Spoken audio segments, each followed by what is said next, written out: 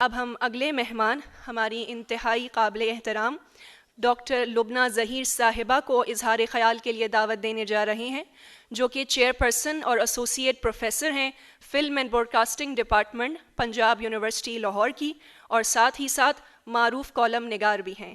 بسم اللہ الرحمن الرحیم۔ السلام علیکم۔ سب سے پہلے تو ہماری آپا طیبہ صاحبہ کا بہت شکریہ، اور جامعہ ام الکتاب کا، جنہوں نے مجھے یہاں پہ انوائٹ کیا اور بڑی عزت افزائی کی۔ سچی بات یہ پہلی بار میں یہاں پر آئی ہوں، اور مدرسہ دیکھ کر بہت اچھا لگا، اور یہاں پہ بچیاں دیکھ کر اور اساتذہ کرام جو آپ کی ہیں ان سے مل کر بھی بہت اچھا لگا۔ اور مجھے جب دعوت دی ہماری آپا نے اس موضوع کے حوالے سے، تو مجھے خیال آیا کہ وہ ہم ویمن رائٹس کی تو بات کرتے رہتے ہیں، خواتین کے حقوق کی بات بھی کرتے رہتے ہیں، تو ایسے اچھے موضوعات کا انتخاب کرنا اور ان پر بحث کروانا اور ان پر گفتگو کروانا بھی ایک بڑے ثواب کا کام ہے اور بڑے اعزاز کی بات ہے۔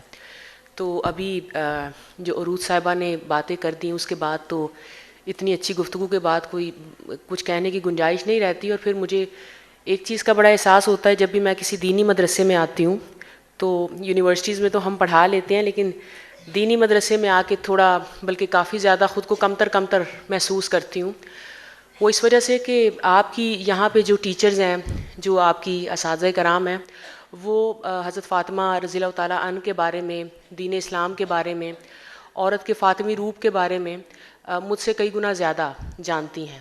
اور مجھے یہ بھی معلوم ہے کہ آپ کو یہاں پہ اتنی اچھی اساتذہ میسر ہیں کہ آپ سب لوگ جو طالب علم ہیں اور طالبات ہیں، وہ مجھ سے کئی گنا زیادہ جانتی ہے۔ تو مجھے پھر ڈائس پر آتے اور مائک پکڑتے اور کچھ باتیں کہتے بڑا حجاب سا آتا ہے کہ اتنے اسکالرز بیٹھے ہوئے ہیں جن کا علم مجھ سے کئی گنا زیادہ ہے، اور ان سے بات کرنا پڑ رہی ہے۔ لیکن بہرحال ایک ذمہ داری دی ہے تو میں چند باتیں کہہ دیتی ہوں، اور وہ کوئی لیکچر تو نہیں ہے اور کوئی اسپیچ بھی نہیں ہے، بس جو میرے ذہن میں کچھ باتیں اور جن پہ میں بلیو کرتی ہوں ان کے بارے میں ذکر کر دیتی ہوں۔ حضرت فاطمہ رضی اللہ تعالیٰ عنہ کہ عورت کا فاطمی روپ، تو دیکھیے نا، حضرت فاطمہ کا نام جب بھی ہم لیتے ہیں اور ان کے بارے میں جب بھی سوچتے ہیں، تو ہمیں میرے ذہن میں تو فوری طور پہ تین چیزیں آتی ہیں کہ دیکھیں حضرت فاطمہ رضی اللہ تعالیٰ عنہ کون تھیں۔ نبی صلی اللہ علیہ وسلم کی پیاری بیٹی تھیں، نبی صلی اللہ علیہ وسلم کی سب سے لاڈلی بیٹی تھیں۔ وہ بیٹی جو کسی محفل میں آتی تھی تو نبی صلی اللہ علیہ وسلم تکریم میں اور تعظیم میں اور محبت میں اٹھ کھڑے ہوتے تھے اور اپنی چادر بچھا دیا کرتے تھے۔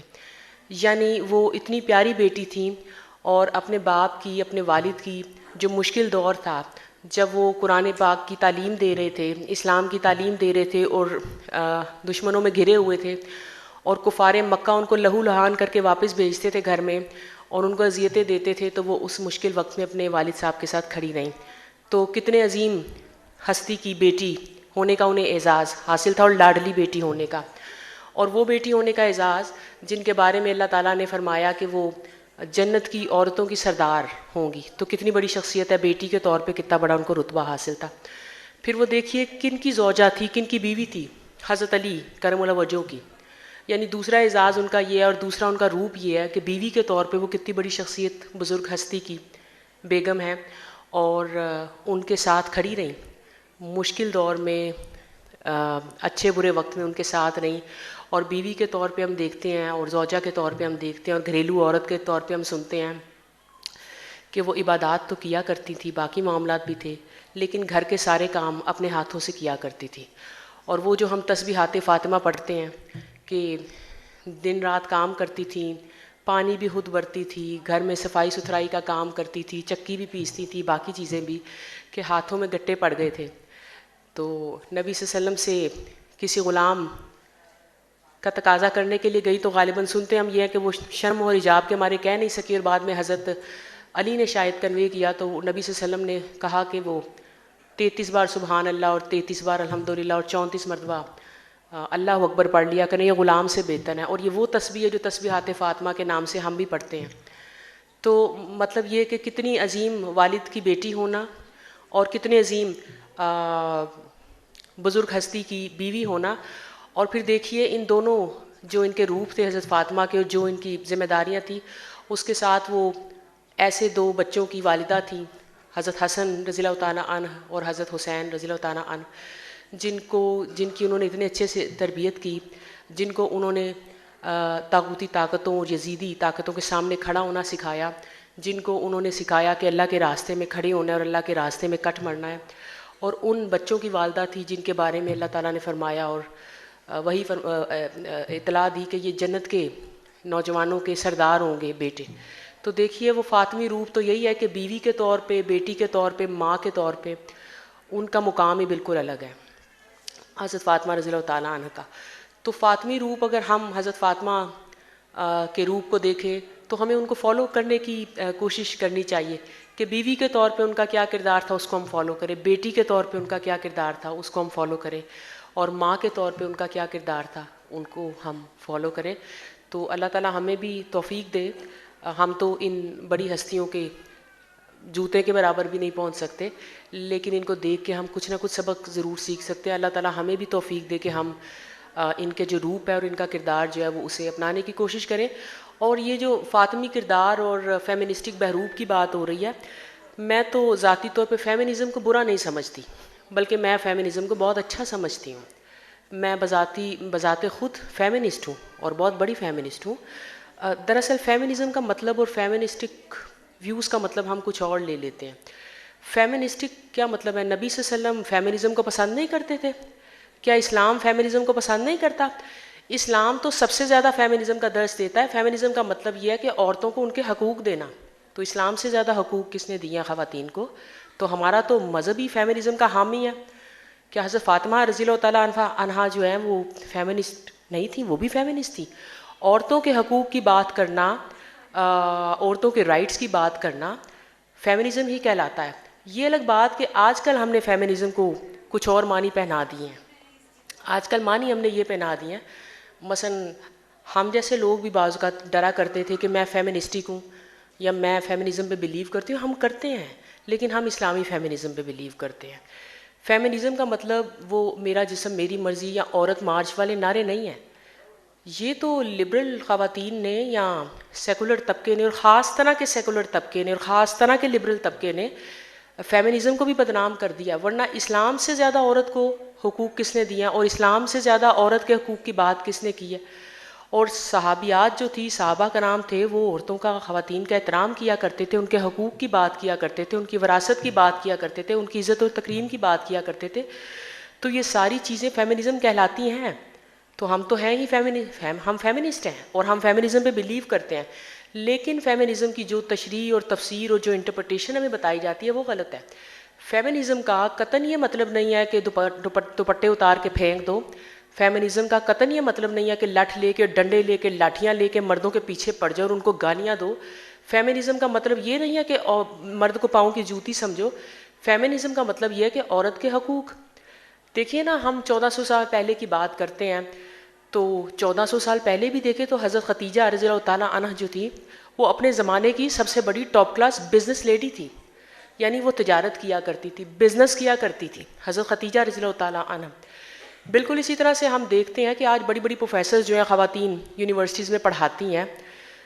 تو اس زمانے میں بھی صحابیات جو تھیں، بڑی بڑی صحابیات جو تھیں، ان سے بڑے بڑے جید صحابہ کرام رضی اللہ تعالیٰ عنہ جو تھے احادیث کی اصلاح لینے آیا کرتے تھے. وہ اس زمانے کی پروفیسر تھیں. ہم یہ بھی دیکھتے ہیں کہ خواتین جو ہیں، اب ہم کہتے ہیں ہم نے ایئر فورس میں 4 خواتین بھیج دی اور آرمی میں 6 خواتین بھیج دی ہیں. اچھی بات ہے، لیکن اس زمانے میں بھی خواتین جو تھی وہ جہاد کیا کرتی تھی، پردوں میں کیا کرتی تھی. اور جہاد کا معنی یہ بھی یاد تھا کہ وہ اگر تلواریں پکڑ کے جہاد نہیں بھی کرتی تھی جیسے حضرت فاطمہ رضی اللہ تعالیٰ عنہ، تو گھر میں جب جہاد کر کے مرد واپس لوٹتے تھے، زخمی ہوتے تھے، لہو لہان ہوتے تھے، ان کی خدمت کیا کرتی تھی، ان کے زخم دھویا کرتی تھی، ان کی تلواریں دھویا کرتی تھی. تو وہ بھی ایک جہاد تھا.